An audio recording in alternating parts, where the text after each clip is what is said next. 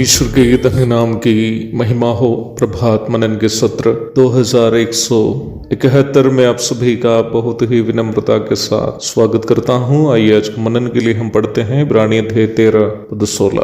भलाई करना और उदारता दिखाना ना भूलो, क्योंकि परमेश्वर ऐसे बलिदानों से प्रसन्न होता है। उदारता शब्द के लिए ज्यादातर अंग्रेजी अनुवादों में भी शेयरिंग शब्द का इस्तेमाल किया है, जबकि यूनानी में यहाँ पर कोइनोनिया शब्द का उपयोग किया है, जो संगति शब्द के लिए भी यूनानी बाइबल में उपयोग किया है। यूनानी में कोइनोनिया शब्द का अर्थ इक्वली शेयरिंग अथवा तुल्य हिसाब में बांटना है। प्रारंभ में पढ़ी गई पद में भलाई के साथ साथ उदारता की भी चर्चा लेखक की है।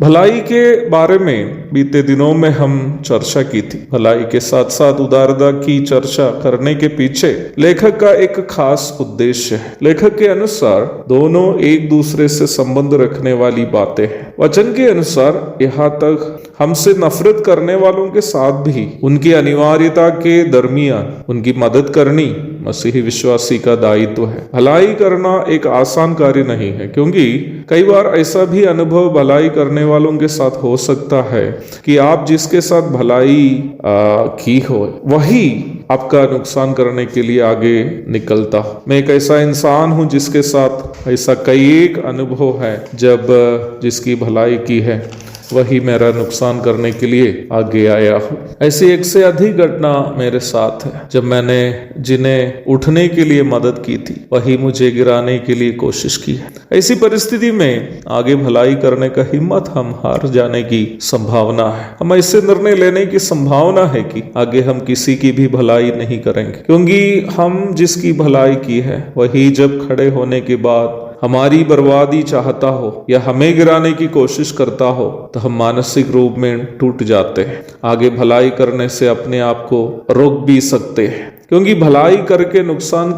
सहना कौन चाहता है। मसीही परिप्रेक्ष्य में उदारता शब्द का महत्व यही पर है। हम मसीही किसी की भलाई करने के पीछे का कारण हमसे भलाई की प्राप्ति करने वाला व्यक्ति हमारे साथ करने वाली प्रतिक्रिया नहीं होनी चाहिए, क्योंकि भलाई करनी हमारी जिम्मेदारी है, यह हमारा मसीही स्वभाव है। इसलिए जो हमसे भलाई की प्राप्ति की है वो हमारे साथ दुर्व्यवहार भी क्यों न करे, यदि उस व्यक्ति को पुनः जरूरत पड़े तो हमें पुनः उसकी मदद करनी है, क्योंकि हम भलाई को प्रभु से हमें मिली हुई एक जिम्मेदारी के रूप में करते हैं, ना कि अगले की जरूरत से प्रभावित होकर। हम उस व्यक्ति से नहीं बल्कि प्रभु से हिसाबदेही है। We are accountable not to the fellow who is in need or whom we helped, but to God who commanded us to do good। इसलिए गलाती 6:9 में हम ये भी पढ़ते हैं कि हम भले काम करने में साहस न छोड़े।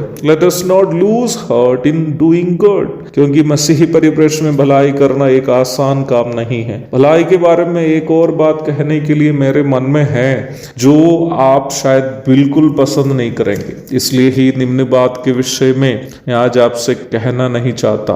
प्रभु दया करे तो कल कहूंगा। समाप्त करने के पूर्व आपको ये याद दिलाना चाहता हूं कि प्रारंभ में पढ़ी गई पद में जो उदारता शब्द का उपयोग किया है वो उस मसीही स्वभाव को दर्शाता है कि बार बार नुकसान सहने के बाद भी, बार बार भलाई करके निराश होने के बावजूद भी प्रभु की याद में भलाई करते रहने का मसीही स्वभाव। एक और शुभ दिन की धन्य कामनाओं के साथ आज का मनन में समाप्त करता हूं। प्रभु आप सबको आशीष दे। आमीन।